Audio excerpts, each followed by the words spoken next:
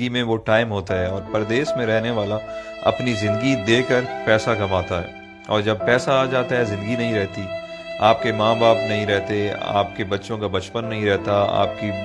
بیوی بوڑھی ہو جاتی ہے، آپ کے دوست یار آپ سے جدا ہو جاتے ہیں، آپ اپنا علاقہ، خوشی غمی سب چیزوں سے دور ہو جاتے ہیں، آپ کی زندگی صرف ایک پیسہ کمانے والی مشین بلکہ ATM مشین بن کے رہ جاتی ہے۔ آپ مہینے کے مہینے اس سے پیسے نکالتے ہیں اور گھر بھیج دیتے ہیں، یہ آپ کی زندگی ہے۔ پردیسی بندہ جب 1-2 سال بعد گھر واپس جاتا ہے تو اسے سب کی شکلیں تبدیل ملتی ہیں، بچے بڑے ہو گئے ہوتے ہیں، جو جوان ہیں وہ بوڑھے ہو گئے ہوتے ہیں، اور اس سے بڑا ظلم کیا ہوگا کہ وہ جب واپس آتا ہے ملک سے، آتے ٹائم گھر والوں کو کہتا ہے اچھا میں چلتا ہوں، 2 سال بعد فلاں مہینے میں آؤں گا۔ اس سے بڑی زیادتی اور کیا ہو سکتی ہے؟ اتنا مجبور ہے کہ 2 سال بعد اس کو آنا ہے، وہ اپنی مرضی سے آ جا بھی نہیں سکتا۔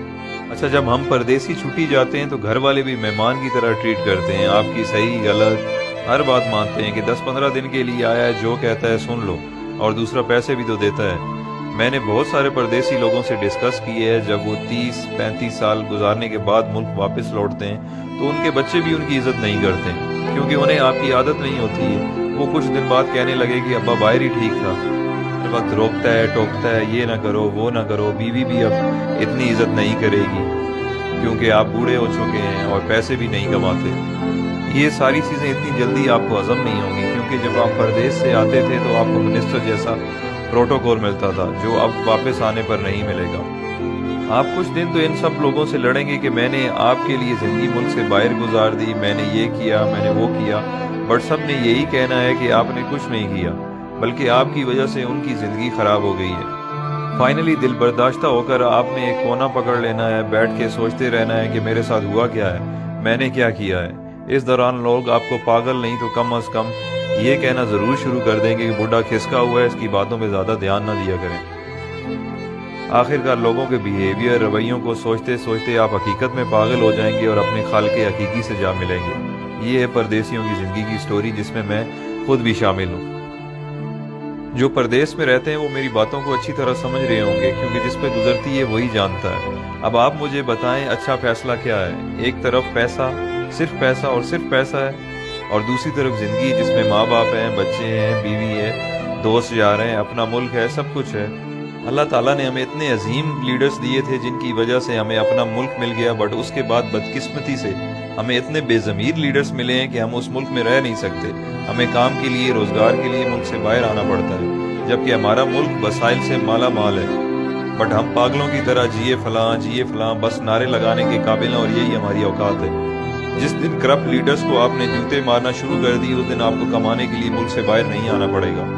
یہ کرپٹ لیڈرز اپنی اولاد کی غیر موجودگی میں علاج تک نہیں کرواتے، اور ایمانداری سے پردیس میں ایک محنت مزدوری کرنے والا غریب انسان اپنے ماں باپ کے جنازے پہ نہیں پہنچ سکتا۔ آپ کبھی تجربے کے طور پر 1 گھنٹہ انٹرنیشنل ایئرپورٹ پر ارائیول اور ڈپارچر میں گزار لیں، آپ لوگوں کو اندازہ ہو جائے گا کہ پردیس میں رہنے والے اور ان کے گھر والے کس تکلیف سے گزر رہے ہیں۔ یہ ساری باتیں کرنے کا مقصد ہرگز یہ نہیں ہے کہ میرے پردیسی بھائی آج ہی نوکری چھوڑ دیں اور اپنے ملک واپس چلے جائیں۔ میں صرف یہ سمجھانا چاہتا ہوں کہ آج سے پلاننگ کریں اور باہر رہتے ہوئے کوئی چھوٹا سا کام اپنے ملک میں شروع کر دیں، تاکہ کچھ عرصے بعد اپنے ملک واپس آنے کے قابل ہو جائیں۔ کہ اتنے وسائل ہو جائیں کہ آپ واپس آ جائیں، کیونکہ 30 سال بعد بھی آپ کو پاکستان واپس جا کر کوئی نہ کوئی کام کرنا پڑے گا گزارا کرنے کے لیے، تو آج سے کیوں نہ شروع کیا جائے۔ سب سے اہم چیز جو ہے وہ ہے آپ کی ڈائریکشن۔ فار ایگزامپل، آپ پنڈی کی طرف منہ کر کے چلنا شروع کر دیں اور آپ کی خواہش کراچی پہنچنے کی ہو، آپ جتنی بھی جان مار لیں آپ نہیں پہنچ پائیں گے، کیونکہ آپ کی ڈائریکشن غلط ہے۔ تو سفر شروع کرنے سے پہلے اپنی ڈائریکشن درست کریں۔ آپ جیسا سوچیں گے، جیسا چاہیں گے، اللہ تعالیٰ اسی سے آپ کو نوازے گا۔ تو بڑا سوچیں، بڑا خواب دیکھیں۔ جب دینے والے نے کوئی حد، کوئی پابندی نہیں لگائی تو ہم خود کو کیوں لمیٹڈ کریں؟ بزنس ہو، ایجوکیشن ہو یا نوکری ہو، سکسیس آپ کو اس فیلڈ میں مل جائے گی، بٹ دیکھنا یہ ہے کہ جس کی جستجو آپ کر رہے ہیں یا جو خواب آپ دیکھ رہے ہیں اس کی اہمیت، ویلیو کیا ہے۔ اگر آپ کی خواہش پڑھ لکھ کر سرکاری نوکری کرنا یا ٹائی والی نوکری حاصل کرنا جسے آپ وائٹ کالر کہتے ہیں، یا آپ بزنس اس پرپس کے لیے کر رہے ہیں کہ چلو سکون ہوگا، کچھ کام نہیں کرنا پڑے گا، تو بھائی آپ کے خواب بہت چھوٹے ہیں۔ دنیا میں بہت کچھ ہے، کام ایسا سلیکٹ کریں کہ اگر آپ منزل پر پہنچ جائیں تو آپ اپنے اور اپنے گھر والوں کے ساتھ ساتھ خاندان، محلے، گاؤں، شہر اور معاشرے کے لیے